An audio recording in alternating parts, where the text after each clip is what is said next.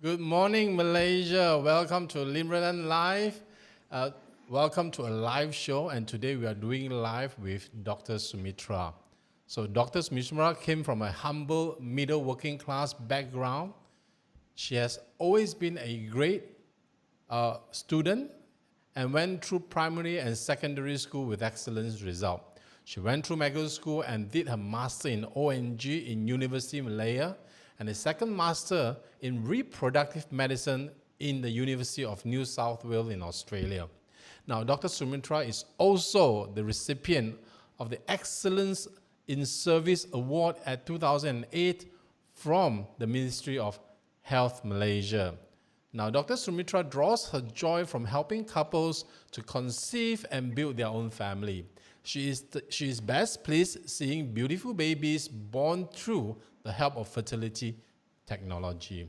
Now, at this interview, we will discuss about the struggles and the joy of Dr. Sumithra in her years of training to become an ONG specialist and further on to qualify as a fertility specialist, and also as well to discuss the technology and the effectiveness of IVF, IUI, and ICI in helping couples to conceive and have children, the risk and the effect of couples going through such process. Now, children are the best gift from God. Now, share this event to all those who needs help in getting pregnant. Share it out to your friends. The earlier they seek treatment, the better the chances are. So let's welcome Dr. Sumithra to our show. Hello. So that was quite an introduction, right? All right. So can you speak a bit louder, Dr. Sumithra? Is that okay? Yes, that will be fine. That will be okay. So welcome to the show. I'm so happy to have you here with us. And you are a close friend of ours, a good friend of my wife as well. You guys serve at Kajang Hospital together. So good afternoon.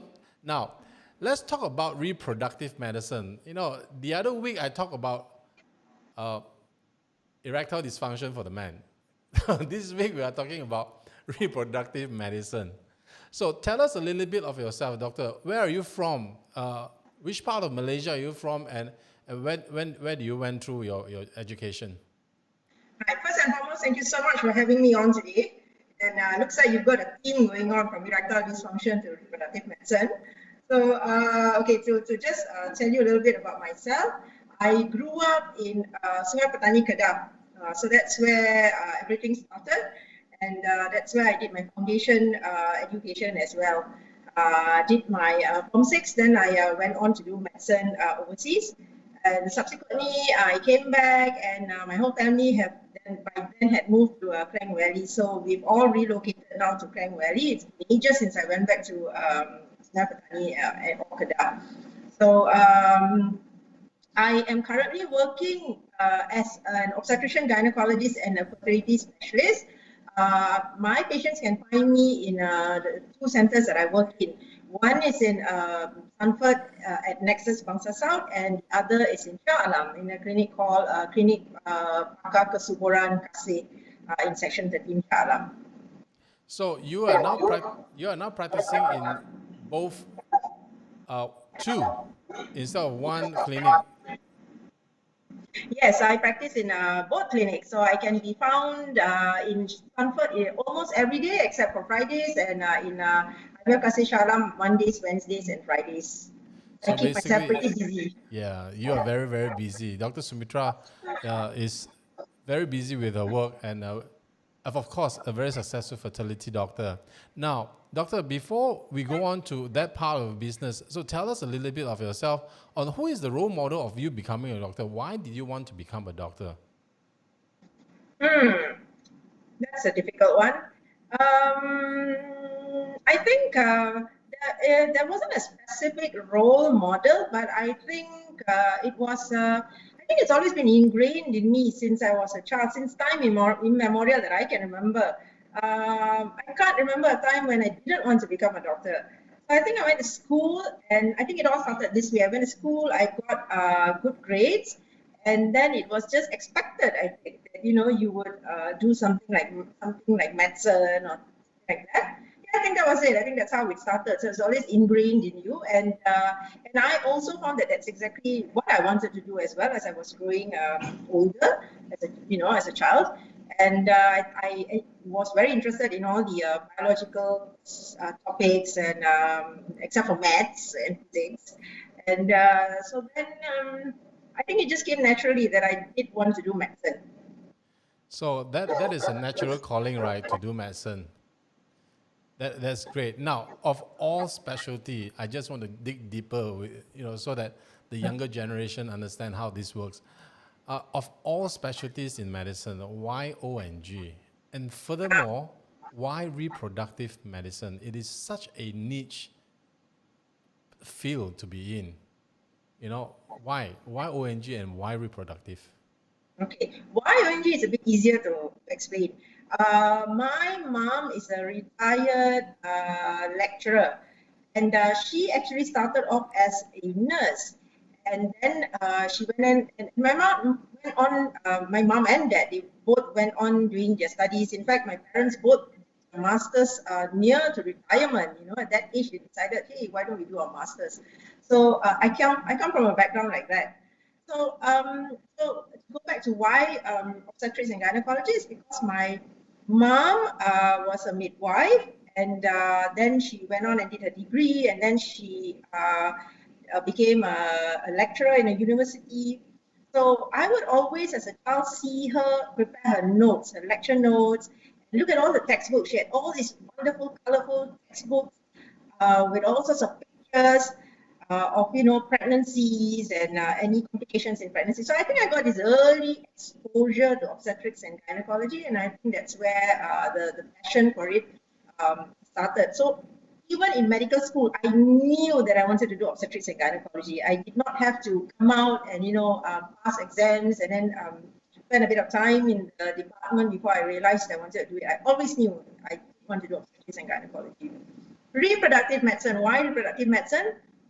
Because when we do obstetrics and gynecology, you become a specialist, and you decide then you want to do a subspecialty. There are 4 subspecialties in obstetrics and gynecology. One of them is maternal fetal medicine, meaning anything to do with a pregnant woman. The second one is urogyne, where you deal with the bladder and bladder complications, urinary problems in a woman. The third would be cancer-related, and the fourth is reproductive medicine. Now, the first 3, we learn about these topics as part of our training to become specialists, obstetrics and gynecological specialists. But reproductive medicine, we don't learn very much of it to become ONG specialists. So it was something that I found that was very mysterious to me. And I found it very challenging because I found that it was a challenge, not that it was a challenging. It was more of a challenge that we didn't know much about it. We just knew the very basics of it, but we didn't know the aspects of it, not like the other 3 subspecialties. I took it on as a challenge, and I thought that, since I don't know much about it, I want to know more about it. And as I practiced in it, I realized that yes, I actually did love reproductive medicine.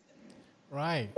So that's great. You know that you want to be an ONG specialist since young. Your mom is a matron, a midwife, and also a nurse, and from young that you want to do this. I wish I knew from young I want to do insurance. No, it did not occur to me. Actually, I wanted to do medicine from young.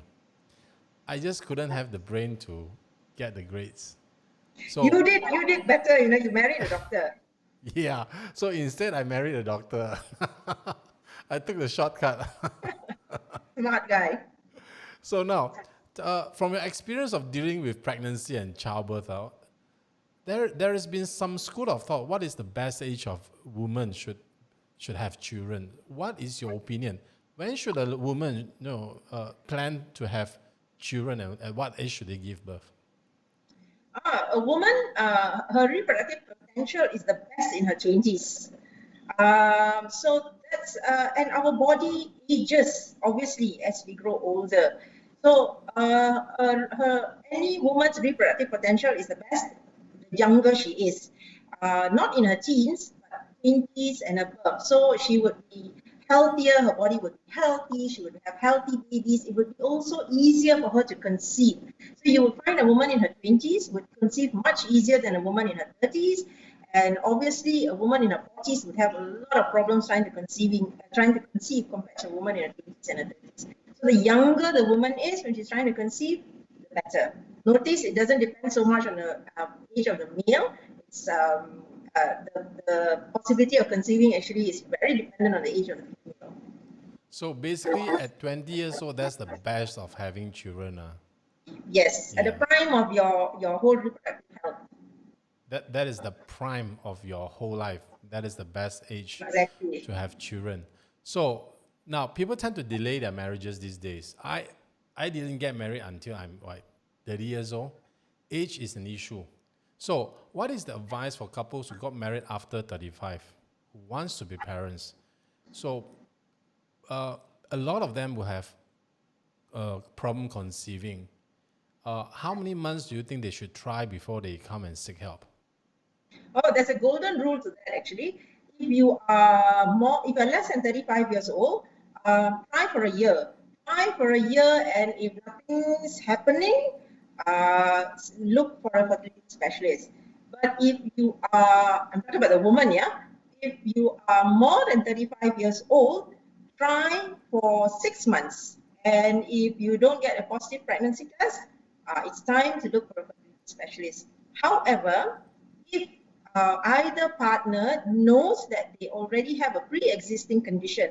For example, the man has tested his sperm before and he knows he's got severe sperm issues, or the woman has had surgery for an ovarian cyst or something like that, then they shouldn't wait. They need not wait the full 6 months or a year to actually go look for a specialist. They could actually go and have a fertility check way before that. So I didn't know about that, the try 6 month kind of thing. So you should try 6 months if you are after 35 and try for a year if you're before 35. Try no longer than 6 months, more than 35, and no longer than a year. I can, my wife is in front of me, but I still have to say that we are pretty lucky, to have children naturally. So, but yet you feel for people who can't have children naturally. I have friends who are struggling until today, still struggling to have children. Now, there are a few methods, right? There are a few methods of assisted pregnancy. There are IVF, ICI, IUI. What other methods, before we go into that three, what other methods are there before they should come and see you? What should the parents do, or what should couples do before they really seek your help to get it naturally? Is there any way they can improve their chances? Yes, lifestyle changes. Lifestyle changes will improve their chances of conceiving naturally and also improve their chances of conceiving with fertility treatment. And it's actually very basic things that they can do. It's very common sense things actually. It's not just couples who are trying to conceive who should practice healthy lifestyle habits.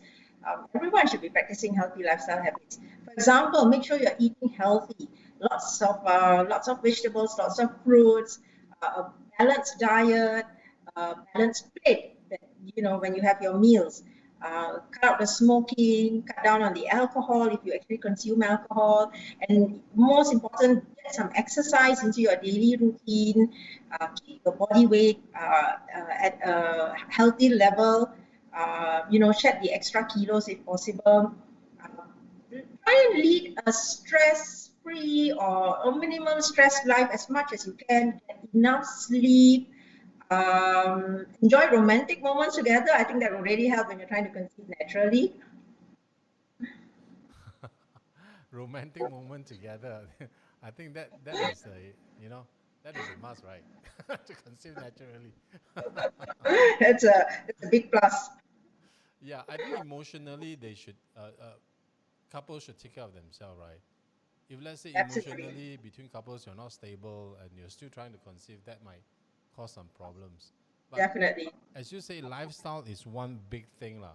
Lifestyle is definitely one big issue that they must take care. Like smoking, drinking, does that contribute to infertility? In a big way. In a big way. in a in a big really way. big way. So yeah, they should actually quit smoking. It's worse if the woman were to smoke. You know, it's worse if the woman smokes. It's still bad when the man smokes because it definitely affects his sperm quality. But when a woman smokes, it's a big no-no actually. Alcohol, too much of alcohol, overindulgence would also reduce the quality of the eggs and the sperms that are produced, and therefore, you know, reduce the fertility potential of the couple. So basically, alcohol, drinking, drugs, Drugs, absolutely not. drugs, absolutely not. Even if even ecstasies and all this, these will all No, damage. been proven to reduce the quality of the eggs and the sperm, been proven to increase risk of miscarriages, and also will increase abnormalities in the fetus, in the baby. Right. So we got it. So you have to live a healthy lifestyle if you want to try to actually get pregnant. So now I'm going to go into some slides with you, Dr. Sumithra. So we have Okay. prepared some slides and let's have a look at this. So this is IVF, IUI, and ICI. We want to get to know what are these methods. So tell us about the first one, IVF, the most common and most talked about methods of pregnancy, assisted pregnancy. Tell us a little bit about IVF, doctor. Okay, IVF stands for in vitro fertilization. It basically means fertilization that occurs outside its normal biological setting, meaning fertilization that occurs outside. And where does this occur? In a lab, in one of our labs, a fertility specialist lab. So IVF is where what happens is it starts off with the woman getting some medication. The specialist will then harvest the eggs through a very simple procedure. It sounds, you know, scary, but it's actually a small needle.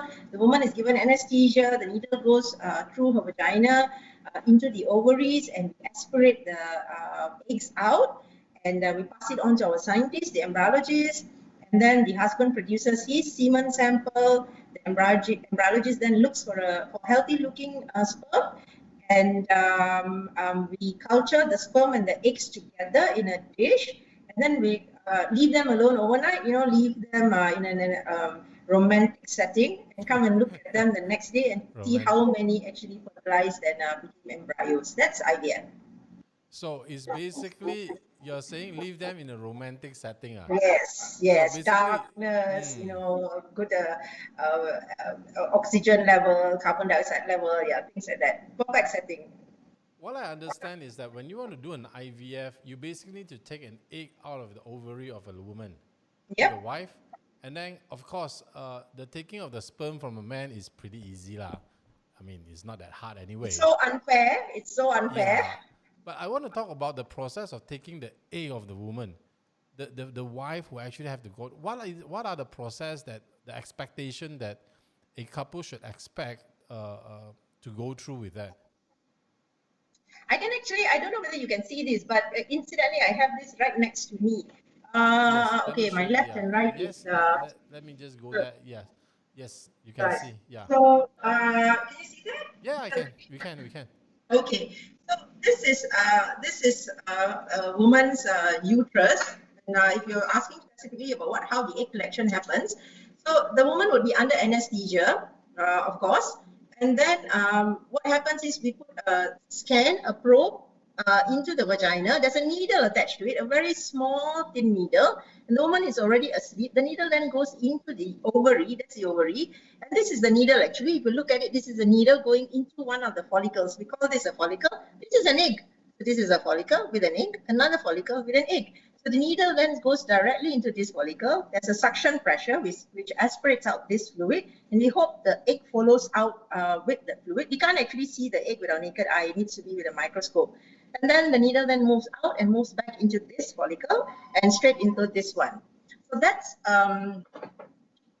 how these eggs are collected for an IVF or a ICSI procedure. Wow. Cool, huh? Do they have to go through like hormonal therapy before they go through the Yes, process? yes. What Yeah, kind of we did. side what kind of side effects that will cause the lady? What kind of common thing? Side effects. Side effects, I think, with any treatment procedures, not just the IVF, would be, I always tell my patients, you can actually break down the side effects into categories.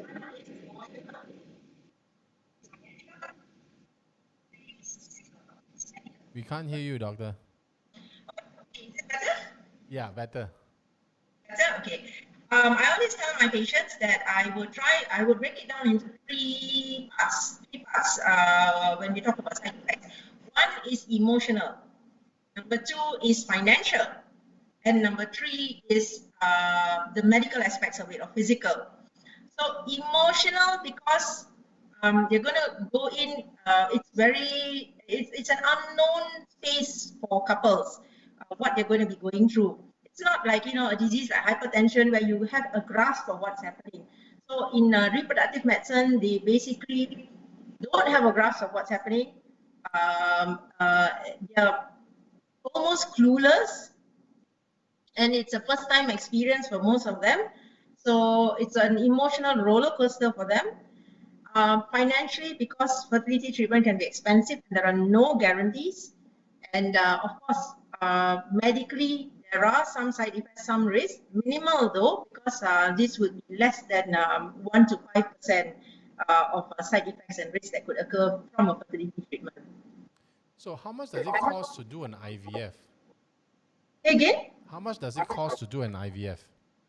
That is dependent on center. So each centers would have their own, package prices and things like that. But IVF is pretty expensive because it's pretty high tech. So it costs about anywhere near 20,000. Some centers will go up to 25,000. That's if you're doing a full-fledged, full stimulation IVF. Sometimes so there's something called a low stimulation IVF. Now this might be a little bit easier on the pocket. So chances of getting pregnant in IVF, you're saying, I saw a chart, it says about 40%. Is that true? It's highly dependent on the woman's age. Now, 40 to 60% is when the woman is younger. If she's in her 20s and her 30s, she's got a good chance of getting pregnant. But if the woman is say past 45, then unfortunately the chance of her conceiving with even a high-tech procedure like IVF is less than it's 0 to less than 1%. Oh, 0 to less than 1%. I would err towards 0, in fact, if it's more than 45. If it's more than 45. Yep. How old is the oldest patient you have doing IVF? I mean, from your experience. Oh, doing IVF is very different from being successful in IVF. Doing IVF, we've got women in their 50s wanting to try as well, because I think a woman would really want to give it a good shot. Say for some reason she never came earlier, say she married very late, or she wasn't financially able to fund an IVF cycle for herself any earlier. So I've had women in their 50s from overseas actually coming to see me to try and do an IVF cycle. We give it to them, right up front what their chances are going to be. There's no hidden agenda or anything of that sort. We tell them what their chances are going to be, what they are up against, and if the woman still wants to try, who am I to say no? Who am I to judge any woman? If she wants to try, I'd be willing to help her. At least she feels that she has tried. Even if it didn't work, she at least feels that she did give it her best shot. Yep, I totally agree. Who are we to judge who should do it and who should not, right? Yeah. And yes. I totally feel parents, couples that have problem with getting children. So now IVF is IVF. Then we have the more natural one, not say not natural, but better not so invasive ones. It's called the IUI. IUI is intrauterine insemination. What is the difference between this and the other one? If you can see, like I said, IVF is where we collect the eggs, we get the man's sperm, we make the embryo in a lab, meaning that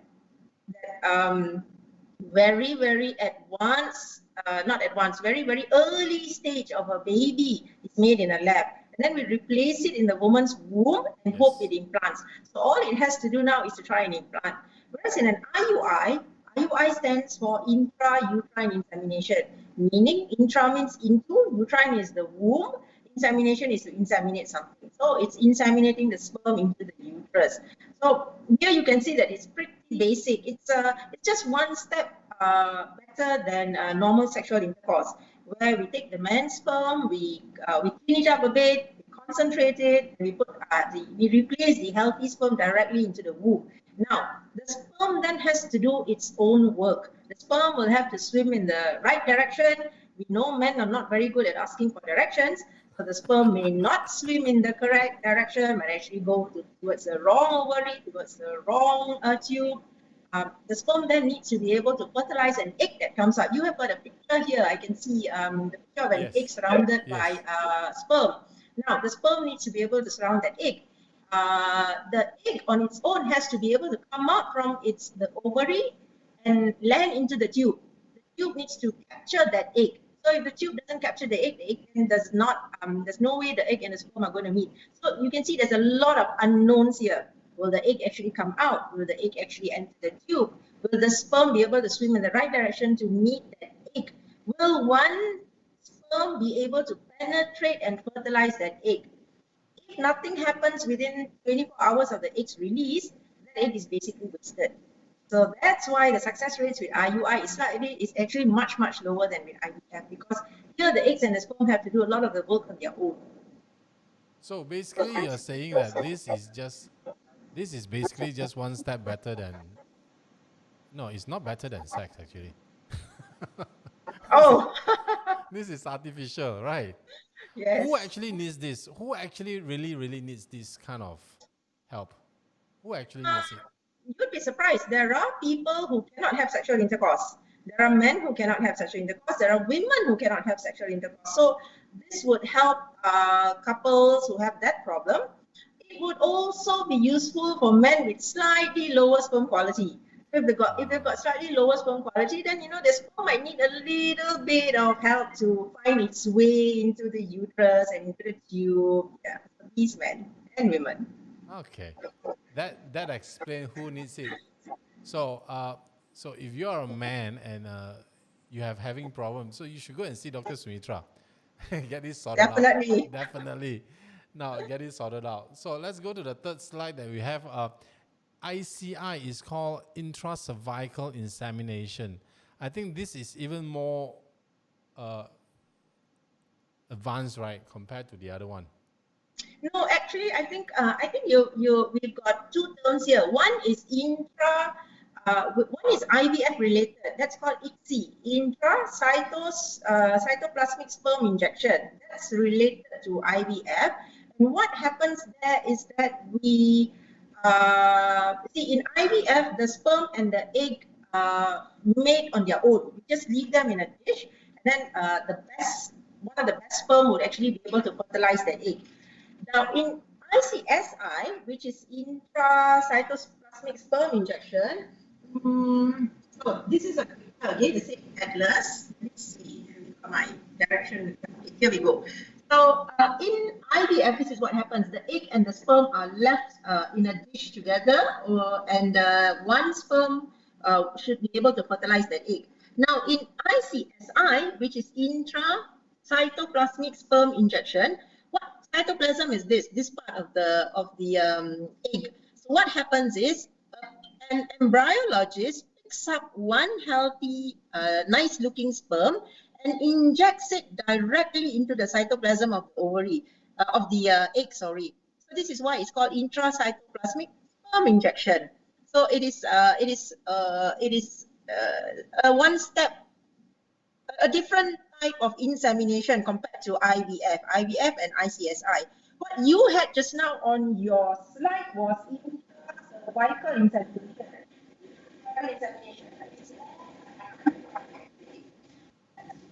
You have to come a bit closer, doctor. Okay. Cervical insemination is more like IUI. That's where we take sperm and we inject it in the cervix of the womb. It is actually one step lower than IUI, because IUI we inject sperm directly into the womb.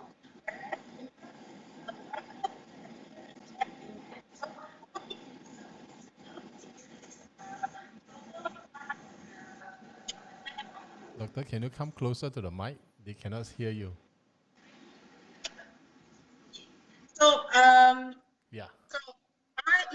intracervical insemination.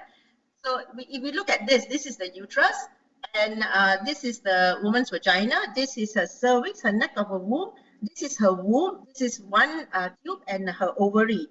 So IUI is intrauterine insemination. Is where we release or inseminate the sperm directly into the womb, right to the top of the womb here. The sperm then has to just swim in the right direction and find the egg that is released. Intracervical insemination, like I said, is slightly lower than IUI in the sense that the sperm is here, is inseminated up to here only. So that's intracervical insemination, which we don't use very frequently. We would only use this in cases where it's difficult. We can't find our way through. We can't find our the direction to actually move in to put the catheter. So two different. One is intracervical insemination. One is intracervical. Okay, so doctor, now among the 3 and 4 methods, what are the best one? Which one actually gives the best opportunity for a positive pregnancy? It would definitely be the IVF or the. Definitely IVF, right? IVF or one of those. Or maybe go one step forward for IVCI, ICVI, intra. You're saying the one that put the sperm directly into the egg? That's easy. That is definitely 100% pregnancy, right? There's no 100% pregnancy. No one can actually guarantee a pregnancy. Whatever treatment you do, unfortunately, that's the sad part about what I do. I can't guarantee 100% success rate, unfortunately. So now, how many pregnancies have you assisted, doctor, throughout your career? How many pregnancies? How many pregnancies? I can't say for sure how many pregnancies, but I can tell you this. I stopped counting after I think when it reached almost to 80 to 100, I stopped keeping tab actually. So I cannot give you an exact figure anymore how many pregnancies, but I think there are lots. So I can see from the back of your background, there are all right. pictures of babies all hanging around the walls. Yes. And this is only one small section, right, of yes, baby pictures on your walls. So exactly. These are all the recent babies that comes through your clinic, right? Yes, these are the recent ones. Now, tell us one thing, doctor. What do you feel as a doctor when you see one of the couples coming back with a healthy baby in their arms and visit you in your clinic? How would you describe that feeling? It's actually indescribable. Honestly speaking, it's indescribable. It is, how would I say this? It is very rewarding. It's also very humbling. Yes, that's what it is. It is very humbling to see these couples come in through my doors with their bundle of joy. To see that transformation in my couples. When they come in, the first time I see them, there's this anxiety in their eyes. There's this sometimes hopelessness, there's apprehension. But then, those who actually succeed and have a baby, they come in and you can see the pride in their eyes. That's amazing. And that's why it's rewarding. It's very humbling because they are so thankful, and the fact that they actually remember that I had a small role in it. They actually came back, show me their baby. That is so humbling. They must be putting a lot of smiles on your face every day. It's an amazing feeling. Yeah. I've got patients who come and visit me every Deepavali, for example, or bring their kids along, their babies along to visit, or I get yearly birthday shots, and I love getting those birthday shots or little videos, Yearly and I birthday sometimes shots. Fantastic. I mean, you are in a position of your career that you create life. Most doctors just have to fix life or prevent prevent people from dying, right? But you are in a specific position to create life. I mean, that is pretty fun to do, right? It's amazing. I can tell you that. That's why I love what I do. I absolutely love what I do. The feeling is just indescribable. Yeah. So tell me, doctor, for people who are not very well off, they couldn't afford that 30,000, 40,000, 20,000 kind of fees.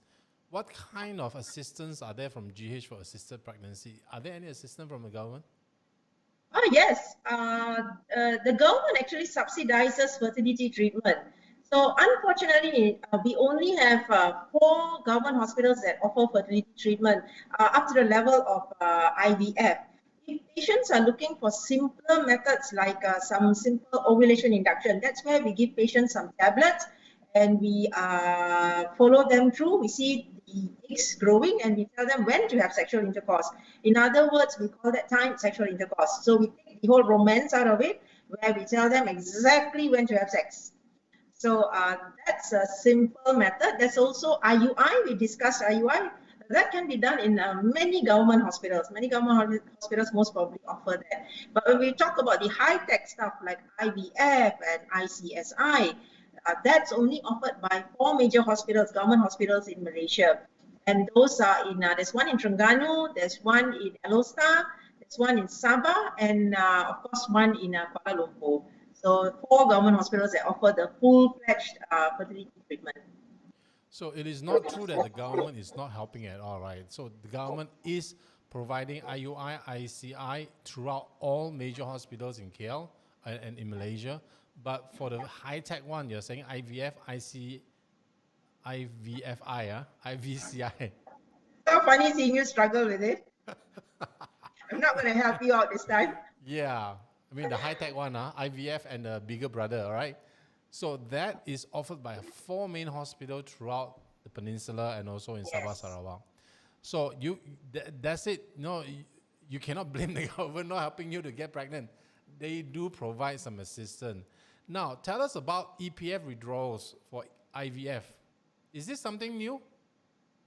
EPF withdrawals were tabled in last year's budget announcement. Last year's announcement in 2019 was for budget 2020, but it has only come into effect this month, actually, September. So there's a lot of excitement and a lot of buzz about it going on right now in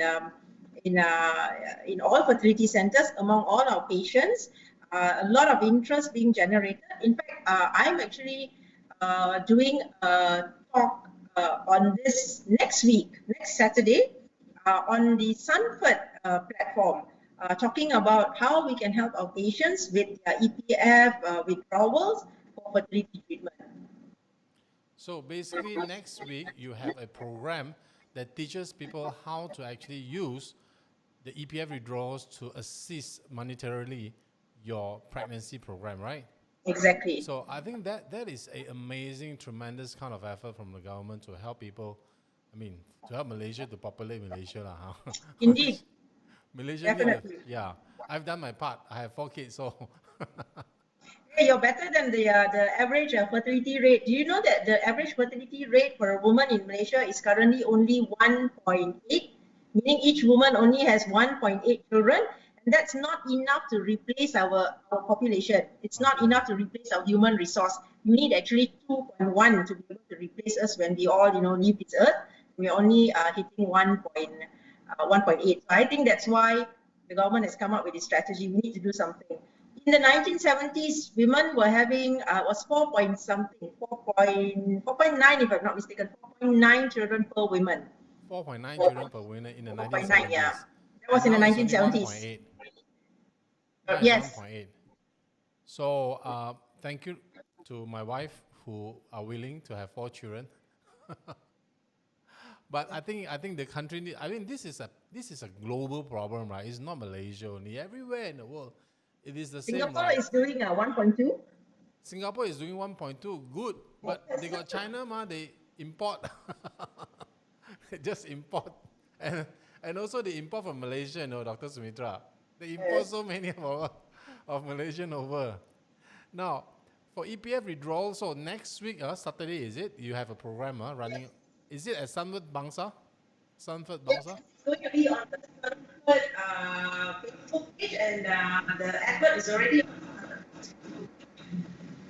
Okay, so it's at Sanford Bangsa. Now, just one or two more questions, just like to check with you. Now, since 2020, some insurance company has actually offered prenatal insurance policy for babies in pregnancy, even for IVF, IUI, and ICI. Do you know about that? Yeah. I suppose I did mention this to you. What, how would you actually look at that? Prenatal policies for babies for babies who actually conceive through IVF, IUI, and ICI, and the policy covers what do you call this, congenital abnormalities. Would you recommend parents to actually look at that? I've already recommended it to a few of my parents. And a few of them have already asked me how and who to get in touch with. I've already given them, get in touch with the reps from AIA. Thank you. I've done my part. That's me, right?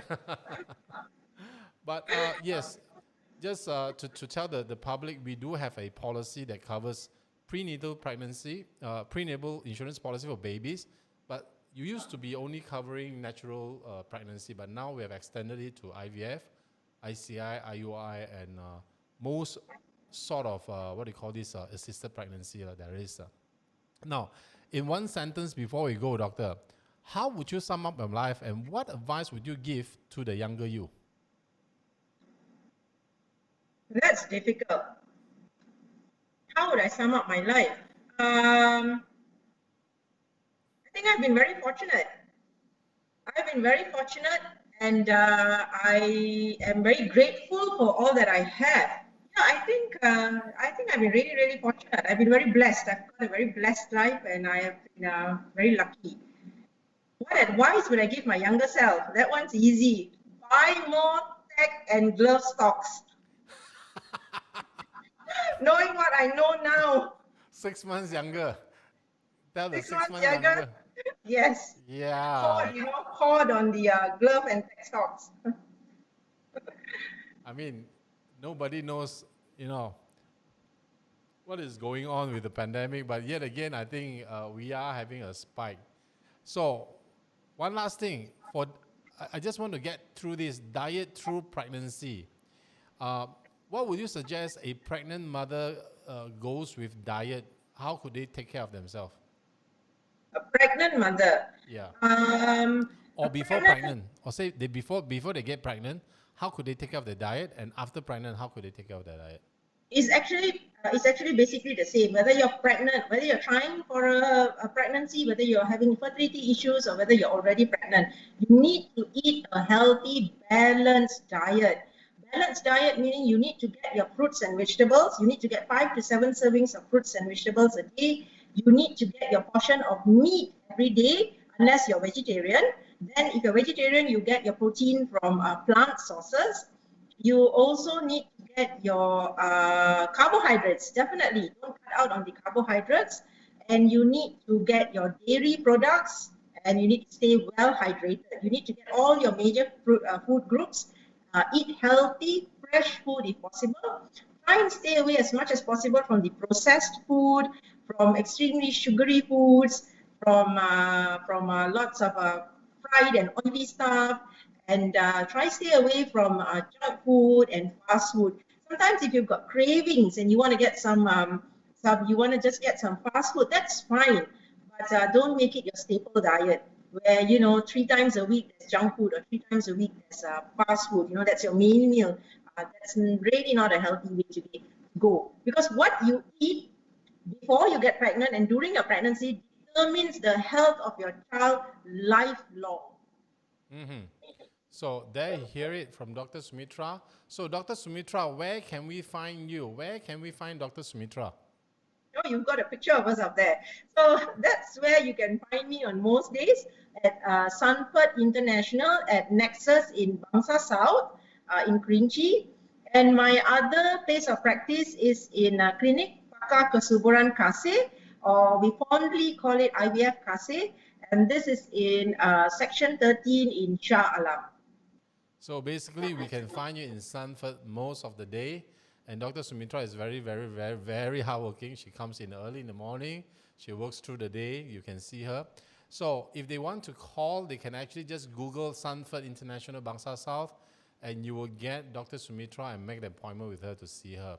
So I would suggest all my friends who just got married and who is getting married at a later age, please, if you do have a problem, you want to seek help early on, right? Yes. As soon as you can. Yes, don't delay, because the older, unfortunately, the older the woman gets, the more difficult it becomes to help you conceive, the lower the success rate. And do remember, it also means that if you start late, your reproductive potential, the time for your reproductive potential to have 3, 4 kids that you might want is actually very limited. You might not be achieved. If you plan to have 3, you might not be able to achieve 3. You might end up having only 1 because you've started off late, later than another younger couple. True. So I would suggest, and correct me if I'm wrong, doctor. If you want to have 2 or 3 children, you want to have pace your children closer together, like every 2 years, right? If you wanted to have more children. If you want to have more children, you should pace your children closer. Like every 2 years, you know, you should have one instead of pacing them a bit further, like 4 years. Depends on when you started. You started very young. Say your first child when you were 19, then you would tell the couple, you know, maybe 4 to 5 years before your next one, because you know she'd only be 24, 25 before she tries for a second, where she should still be in the prime of her health. But if you're starting off beyond your 30s or when you're 35, definitely. In fact, 2 years. I'm a bit anxious with 2 years. You know, I'm like, if you're ready a little bit sooner than that, just come and see us. Yeah, true. So thank you so much for coming to the show, doctor. You know, it is a blessing to have you here. And of course, I think your show has benefited a lot of people. A lot of people will actually see that what they should do to actually get themselves pregnant and start a family. Thank you so much for coming to the show. And so that's it about for the day. And thank you for coming to the show. And we thanks Dr. Sumithra for joining us. Thank you for joining us. This is Lim Ren En Live, and we'll see you next week. Sorry, next week we have no show. Next week I'm doing a big event. So we'll see you the week after, all right? Thank you for coming in, and I'll see you later. Bye. Thank you so much. Thank you. Bye-bye. So let's end it together. Bye-bye. Thank you so much. Bye-bye. Everyone stay safe. All right, I'll see you. Okay.